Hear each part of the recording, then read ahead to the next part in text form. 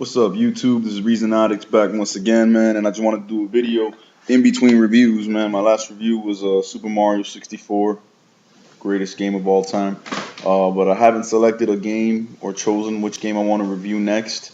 So in between reviews, for as long as it may take for me to select my next review and proceed, I wanted to make an update, let y'all know what's going on with Reezon, let you know what I'm playing. You know, what has Reezon been playing lately? Well, man, it's been about a good month that I've been bit by that retro bug, man. I mean, that's part of the reason I reviewed Super Mario 64, man. I'm playing retro games, man. Like I said before, and I'll say it again, I love my Nintendo Wii and I love my PS3, but right now, they're both kind of just sitting there collecting dust because I've been playing the N64, I've been playing the GameCube, the NES, the Sega Genesis. Right now, specifically in the last week or a week and a half or so, I've been playing strictly GameCube, man, and I love that console, man. Every time I go back to the GNC, I'm sorry, the GCN, GameCube Nintendo is abbreviated. I just rediscover how much of a great platform it was and how many people missed out, man. How many people missed out on a wonderful platform, a wonderful console that was way more powerful than the PS2 and just a little bit beneath Microsoft Xbox in terms of power. But I think the GameCube overall, as a total package, games, graphics, uh, quality, just was leagues ahead of both the PS2 and the Xbox, in my opinion. And just because it came in third place financially, statistically, when it comes to sales, don't mean nothing, man. So, yeah, man, I've been playing a lot of GameCube, and there's three games that are really sucking up all my time right now, man. So I just figured I'd show you them and talk a little bit about them, man. First one is Star Fox Adventures. It's my favorite game ever on the Nintendo GameCube. As far as the Nintendo GameCube library, this is the best game I've ever played on the Cube. It's just a phenomenal game. Best Star Fox game, too, in my opinion. The other one is, this one I don't own. I borrowed this from my little sister, but I will buy it. Very underrated and very great in my book. That is Super Mario Sunshine. It's quote unquote sequel to Mario 64. This game is just phenomenal. It really is, man. I played a little bit in the past, didn't really get into it. Now I decided y'all want to go and play through it, and I've been playing through it since last night, and it's just amazing, bro. Just a great title. Great game for the GameCube. And then the other one, to me, this is the greatest horror survival game ever made. Uh, Better than any Resident Evil, better than any Silent Hill, better than anything you want to throw out there. Eternal Darkness Sanity's Requiem. Man, this game desperately needs a sequel on the Wii or on Nintendo's next console after the Wii, whatever that may be. But these are the three games that have been really just sucking up my life, man, for the last week and a half or so. And let's start with Star Fox Adventures, man. First of all, you'll notice before I go there that if you can see it, but all three of these are exclusives for the Nintendo GameCube. Exclusives. Three of the best games of that generation, all on Nintendo's console.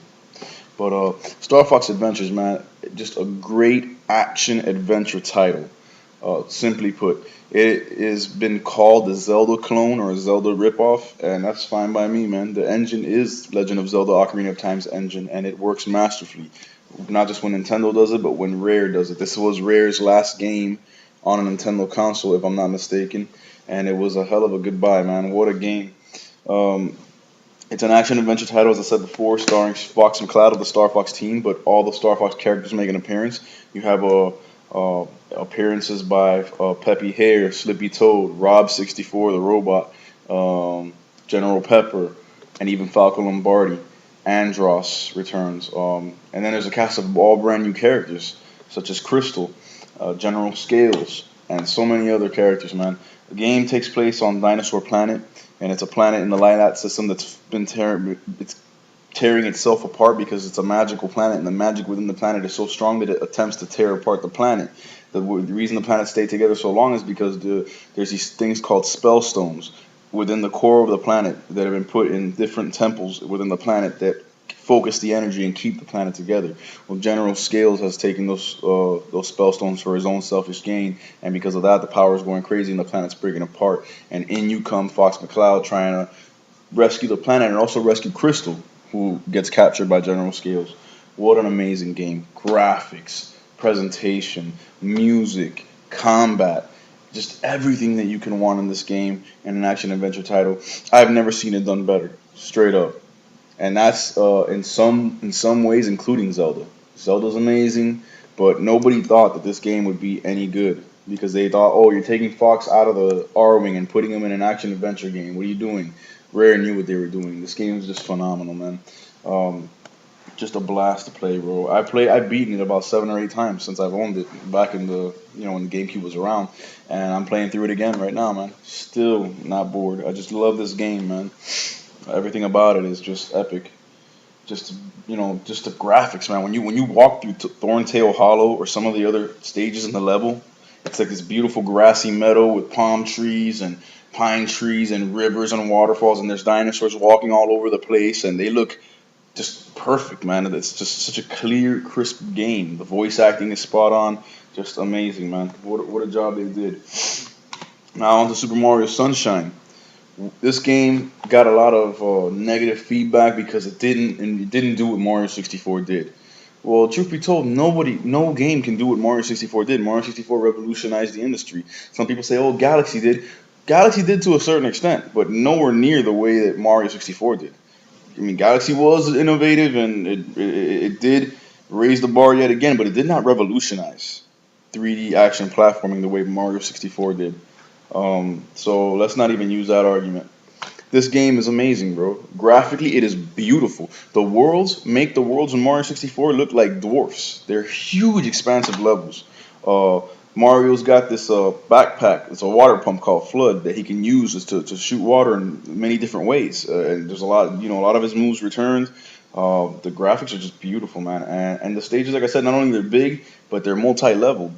And Yoshi makes a return. Just a great Mario game, man. It's not the best Mario game ever, but it is definitely a lot better than the critics say it was, or a lot better than some of the fans of the franchise say it was. Mario Sunshine is no chump change, man. It's a great game. I really enjoy it so far, and I'll tell you this thing. It is the first and only Super Mario game that has really, really challenged me because it is difficult.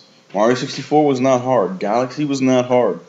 The NES Mario's were not hard. Super Mario World on Super Nintendo was not hard, but this one is difficult. This one takes some mastering, and I like that in a game. So just awesome, man.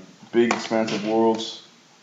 Good degree of difficulty and challenges, some puzzle solving elements. Mario at his best, man. I like it. And then Eternal Darkness. The reason I call this the greatest horror survival game of all time is because, as one of the reviews that I read for it said, it is the first game in history that we can remember that plays the player. I mean, this game really does go after you in your mind, man. It plays tricks on you.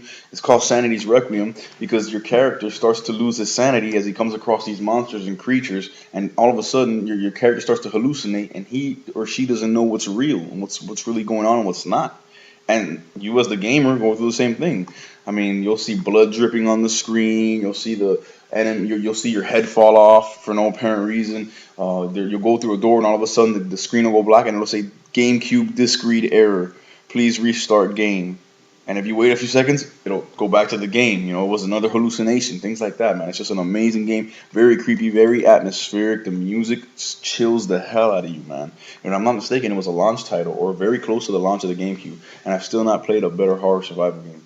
You play as, I think, about 12 different characters throughout this game, and it's throughout the stages of history, from ancient Rome and Persia to the Holy Roman Empire, all the way to modern times, trying to find out the mystery behind the Roivus family and the Tome of Eternal Darkness, the book made of flesh and bone. Just a creepy ass game, man. Y'all need to try this, man. So my time is up, man. But I just wanted to let y'all know what Reezon's been playing, man. Yo, I be in that GameCube right now, and I just be having a ball. Retro games is where it's at, man. So hit me up, comment. If you want me to review any of these games, let me know, man. God bless y'all. Stay gaming. Peace.